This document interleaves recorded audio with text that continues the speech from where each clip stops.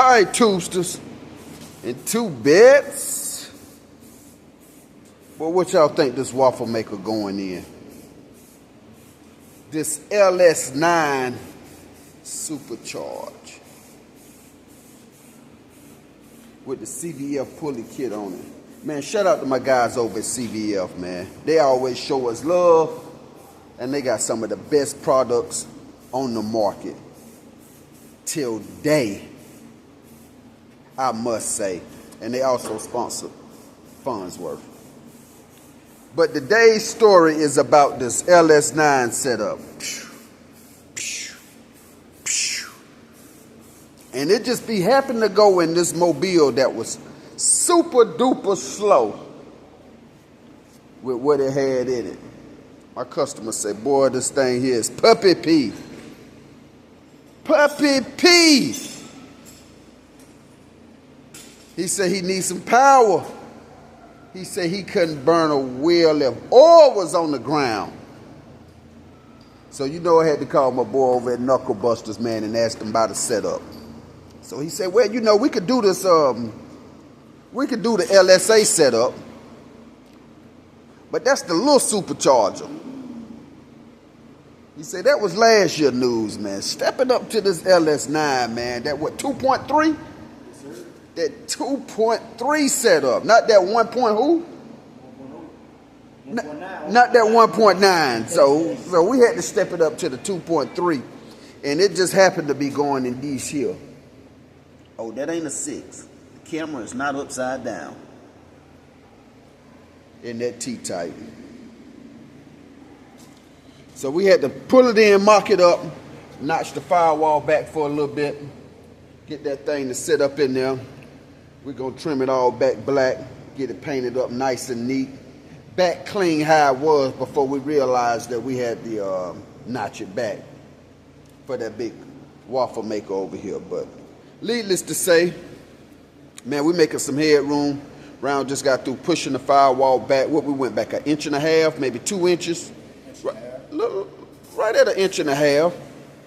So we got that pushed back just enough for that to fit and the headers to go on and not be kissing the bottom of the flow pan.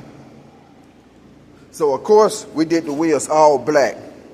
We did that ghost face. All black with the brush faced on it. He wanted to black them all out. And of course we got the vintage air going in. So we're doing the vintage air, the what is this? The Gen 5 model.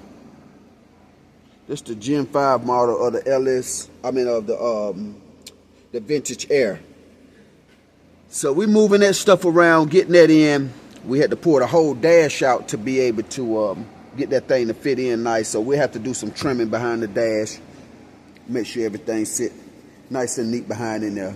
And of course, I'm gonna build a new console for it anyway. Decoder digitals, we got the new decoders in the box back here.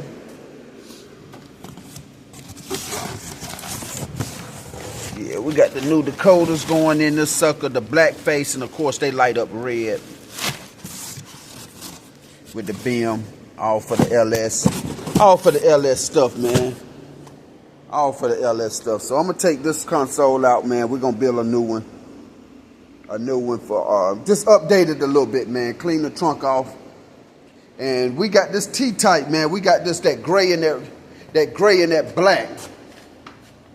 What y'all think about that gray and the black? Oh, we gonna put the QA1s on there, so don't get it confused now. We're gonna put the QA1s on here.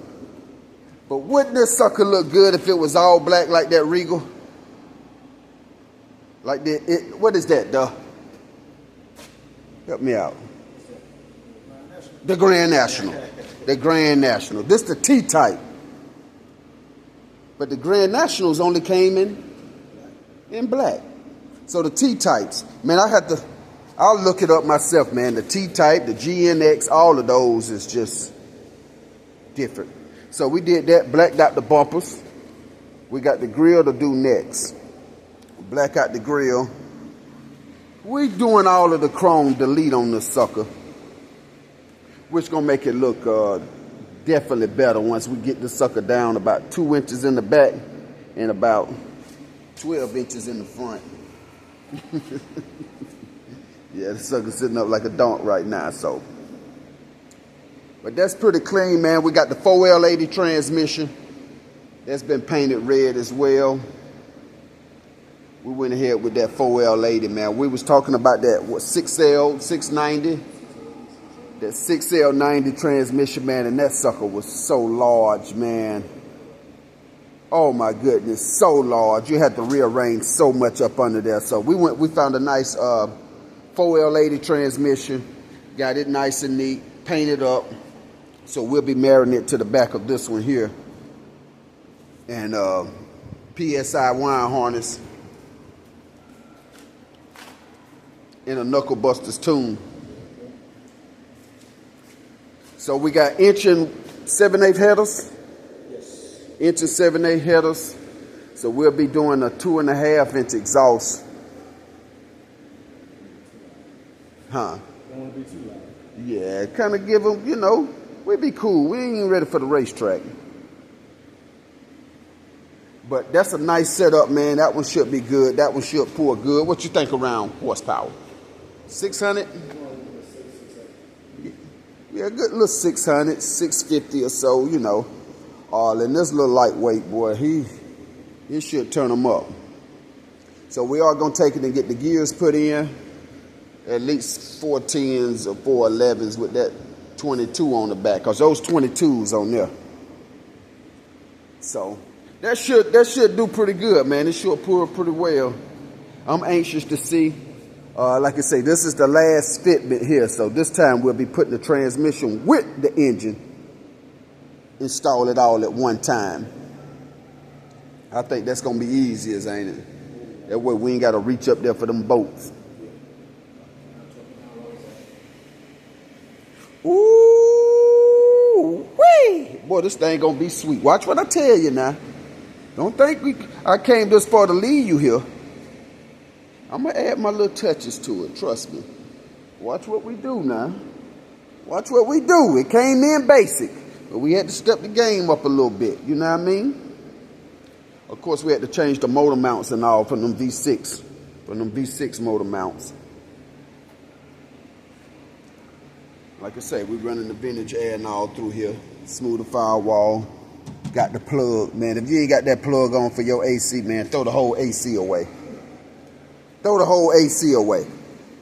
Got to be nice and neat, nice and clean, baby. We got the condenser heat exchanger. Heat exchanger go at the front. What is it? Where you at? Where you at? Where you at? You know, I ain't really good with speaking Chinese, but Brown say this is the Mushimoto. The Mushimoto. Kind of like my phone. So we're going to put this big bad boy on the front up there. Paint it all black so you don't see it. And make some mounts for it. Start running that. And locking it in from there. But when I tell you, this ls9 with the waffle maker, going to be something serious. Hold me to it. I'll be back in a minute.